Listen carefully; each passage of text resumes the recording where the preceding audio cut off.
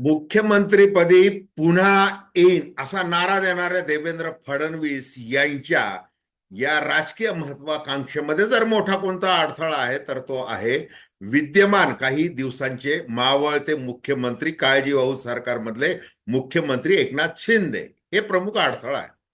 आणि मग एकनाथ शिंदे यांचा अर्थात त्या अर्थाने कार्यक्रम कसा करायचा यासाठी देवेंद्र फडणवीस यांनी एक खांदा निवडलेला आहे. आणि ज्याचा खांदा निवडलेला आहे त्या नेत्याचं नाव आहे राज ठाकरे. राज ठाकरे यांनी केवळ माहीम मतदारसंघ ज्याच्यामध्ये त्यांचे चिरंजीव अमित ठाकरे उभे आहेत आणि त्यांच्या विरुद्ध सदा सरवणकर यांनी माघार घेतलेली नाही. केवळ हे एकच कारण नाही, अनेक कारण आहेत. आणि भारतीय जनता पार्टी, RSS, अमित शहा यांच्यासह नेमकं एकनाथ शिंदे यांचं करायचं काय आणि फडणवीस यांना कसं सांभाळायचं याविषयी त्यांचं जे काय ठरलेलं आहे, रणनीती ठरलेली आहे, त्याविषयी आपण अतिशय थोडक्यामध्ये चर्चा करणार आहोत. नमस्कार, जय महाराष्ट्र. मी डॉक्टर अनिल फळे. माझी आपल्याला विनंती की चॅनल सबस्क्राईब करावं, सबस्क्राईबचं बटन दाबावं आणि आपल्या प्रतिक्रिया बिनधास्तपणे नोंदवाव्या. एक तटस्थ भूमिकेतून सर्वसामान्यांच्या दृष्टिकोनातून आपण येथे चर्चा करत असतो. हे बघा, राज ठाकरे, महाराष्ट्र नवनिर्माण सेना, राज ठाकरे यांचा आत्मविश्वास काय सांगतोय की 2029 मध्ये मनसेचा मुख्यमंत्री महाराष्ट्रामध्ये स्थापन होणार, विराजमान होणार. मनसेचा आज एक आमदार आहे, लक्षात ठेवा. आणि इतकी मोठी जिगरबाज खेळी राज ठाकरे आता खेळायला निघालेले आहेत. ते खेळत असताना एक जे काही घडलेलं आहे, महायुतीमध्ये जे काही घमासान घडलेलं आहे, अंतर्गत जी धुसफूस आहे ती अतिशय मोठ्या प्रमाणात. ती नेमकी धुसफूस कशावरून आहे तर त्याची सुरुवात झालेली आहे. एकनाथ शिंदे यांनी अमित शहा यांच्याकडे एक प्रस्ताव दिला होता. हे जागा वाटप वगैरे अंतिम होण्याच्या अगदी सुरुवातीला तो असा होता की आम्हाला 107 ते 120 जागा द्या, बाकी सगळं आम्ही सामदंड भेद सगळं बघून घेतो. काय काय रसद लागणार आहे, कशा प्रकारे उद्धव ठाकरेंना आपण चेक देणार आहोत, कशा पद्धतीने आपण जिंकू शकतो, लोकसभा निवडणुकीमध्ये आम्ही कसा स्ट्राईक रेट दाखवलेला आहे, भाजप कुठे कमी पडतंय, अँटी इन्कम्बन्सी काही आमदारांच्या विरुद्ध कशी आहे वगैरे सगळं त्यांचं विवरण एकनाथ शिंदे हे अमित शहा यांना सादर करून बसलेले होते. आणि अमित शहा यांच्या दृष्टिकोनातून एकनाथ शिंदे हे फार महत्वाचं राजकारणातलं प्यादं आहे, ज्याच्या भरवशावर त्यांनी शिवसेना फोडली, लोटस ऑपरेशन केलं आणि मग कूटनीतिकार म्हणून देवेंद्र फडणवीस यांना पुढे केलं. देवेंद्र फडणवीस यांना आपलं डिमोशन होईल उपमुख्यमंत्री म्हणून याची काहीही कल्पना नव्हती. मग ज्या वेळेला त्यांना कळालं त्यावेळेला त्यांनी सांगितलं होतं की मी सरकारमध्ये सामील होणार नाही. आणि मग राष्ट्रीय अध्यक्ष JP नड्डा यांनी ट्विट करून आदेश दिला की तुम्ही सरकारमध्ये उपमुख्यमंत्री म्हणून बसा. आता हे एवढं घडल्यानंतर मग चंद्रकांत पाटील जे प्रदेशाध्यक्ष होते ते म्हणे आम्ही छातीवर दगड ठेवला आणि मुख्यमंत्री म्हणून एकनाथ शिंदे यांना स्वीकारलं. आता झालं काय की अमित शहा यांना देवेंद्र फडणवीस यांचा कार्यक्रम करायचा होता आणि आज देखील त्याची शक्यता नाकारता येत नाही. परंतु राष्ट्रीय स्वयंसेवक संघ, भारतीय जनता पार्टीचे ज्येष्ठ सगळ्यात सर्वोच्च नेते अर्थात नरेंद्र मोदी यांच्यामध्ये असं ठरलं की आता आपण असा प्रयोग करू नये किंवा आपल्या त्या पंतप्रधान पदाच्या भावी काळामध्ये जे काही इच्छुक स्पर्धक होऊ शकतात त्यांचा कार्यक्रम करण्यासाठी आता देवेंद्र फडणवीस यांना टार्गेट करू नये वगैरे वगैरे अशी ती चर्चा झाली आहे.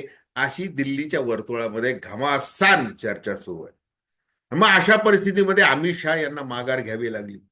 मग त्यांनी महाराष्ट्रामध्ये आपली सत्ता आलीच पाहिजे, परंतु एकनाथ शिंदे यांना आता थोडंसं बाजूला करू. मग त्यांनी आठवण करून दिली की भारतीय जनता पार्टीने तुमचे कमी आमदार असताना देखील तुम्हाला मुख्यमंत्री पद दिलं.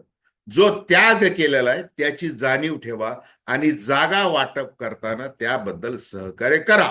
मग एकनाथ शिंदे यांना आपला 107 120चा आकडा काय करावा लागला, तो खाली खाली आणावा लागला.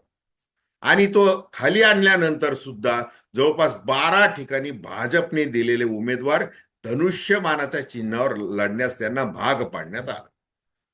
दुसरा आता काही कळीचे मुद्दे आहेत बघा. लोकसभा निवडणुकीमध्ये मराठवाड्यामध्ये भारतीय जनता पार्टीला एकही जागा जिंकता आली नाही. ती जिंकता आली एकनाथ शिंदे यांच्या संदीपान भुमरेंना, छत्रपती संभाजीनगरचे. त्यातून स्पष्ट झालं की मनोज जरांगे पाटील यांच्या मागे एकनाथ शिंदे यांचा केवढा मोठा आशीर्वाद आहे. आणि मग आपलं तर पानिपत झालेलं आहे. मग आता जरांगे पाटील आणि मुख्यमंत्री एकनाथ शिंदे यांची जी काही साठगाठ बांधली गेलेली आहे त्याच्यावर भरपूर चर्चा झाली. आणि मग आता एकनाथ शिंदे हे कुणाचं ऐकतात या प्रकरणामध्ये, म्हणजे मनोज जरांगे पाटील यांच्या फॅक्टरमुळं जे काय फायदा होणार आहे तो जास्तीत जास्त कसा करून घ्यायचा आहे. मग त्यांना सोबत मिळाली ती महाविकास आघाडीचे ज्येष्ठ सर्वोच्च नेते शरद पवार यांच्याकडून. मग शरद पवार आणि मुख्यमंत्री एकनाथ शिंदे यांचं जुलै ऑगस्ट मध्ये 2 वेळेला तासभर चर्चा झाली. आता ती गौतम अदानी यांच्या संदर्भात झाली, मराठा आरक्षणाच्या संदर्भात झाली, की आणखी कोणत्या मुद्द्यावरून झाली, हे कितीही गुलदस्त्यात ठेवलं तरी नेमकं आता जर वेळ आली, म्हणजे राजकारणामध्ये काहीही वेळ येऊ शकते, म्हणजे it is a game of probabilities possibilities. मग त्या शक्यतांच्या खेळामध्ये जर मुख्यमंत्री म्हणून पुन्हा विराजमान व्हायचं एकनाथ शिंदे यांनाच, तर त्यांना वेळ पडली तर काय करावं लागेल, शरद पवारांची मदत घ्यावी लागेल. आणि शरद पवार ते करतील का? शरद पवार निश्चित करणार. कारण की राजकारणामध्ये कसं आहे की कुणी कायमचा शत्रू नाही, कुणी कोणाचा मित्र नाही, आणि विचारसरणी आणि राजकारण याचा तर अजिबातच संबंध नाही, हे महाराष्ट्रामध्ये सिद्ध झालेलं आहे.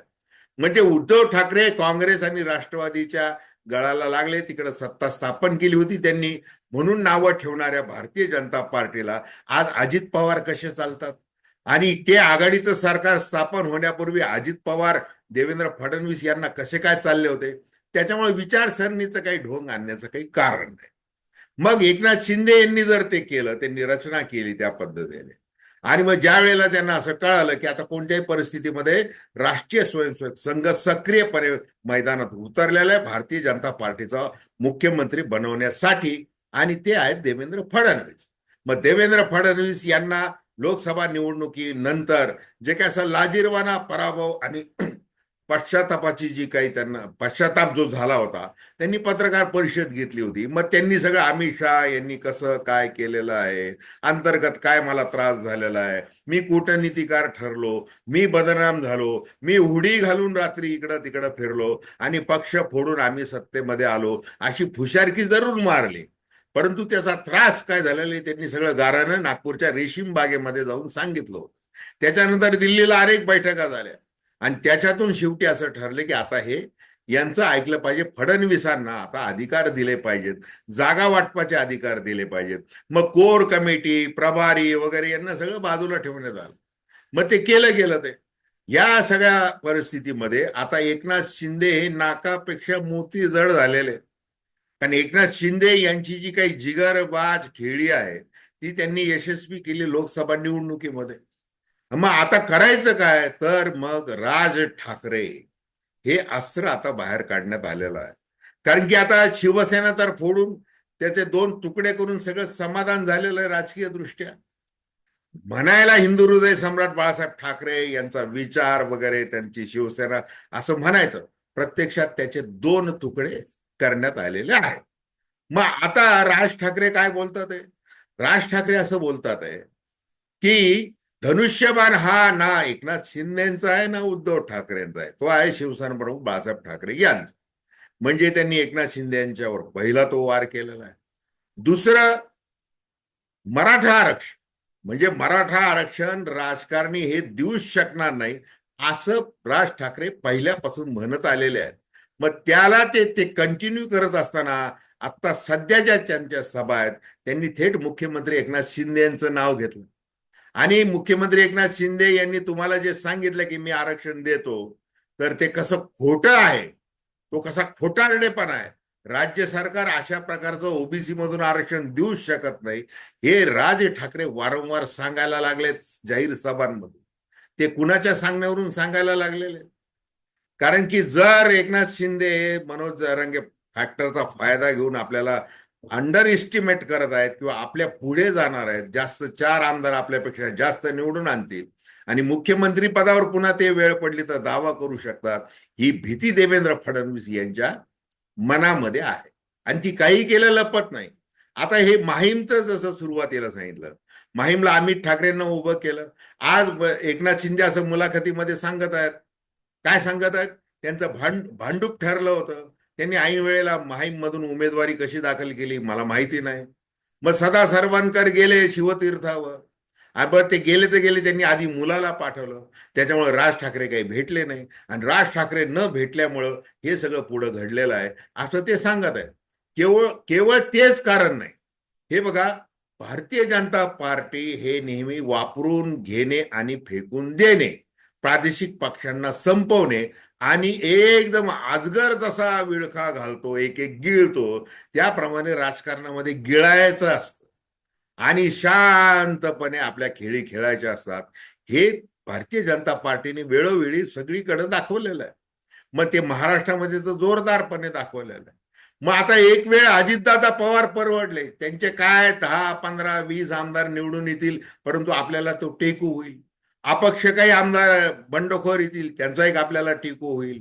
आणि मग एकनाथ शिंदे समजा शरद पवारांवर बरोबर गेले तर आपलं काही फारसं नुकसान होणार नाही.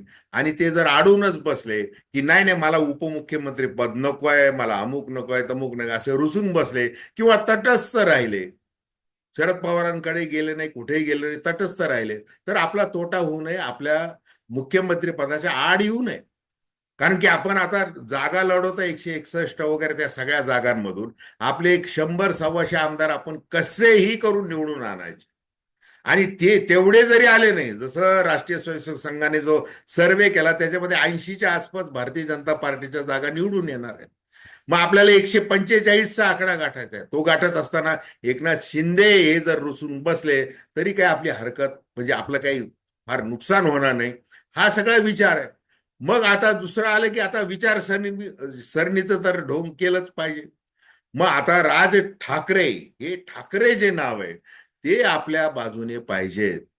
आणि म्हणून आता राज ठाकरे कसं आहे, सगळ्या पद्धतीने एकनाथ शिंदे यांच्यावर तुटून पडलेले आहे.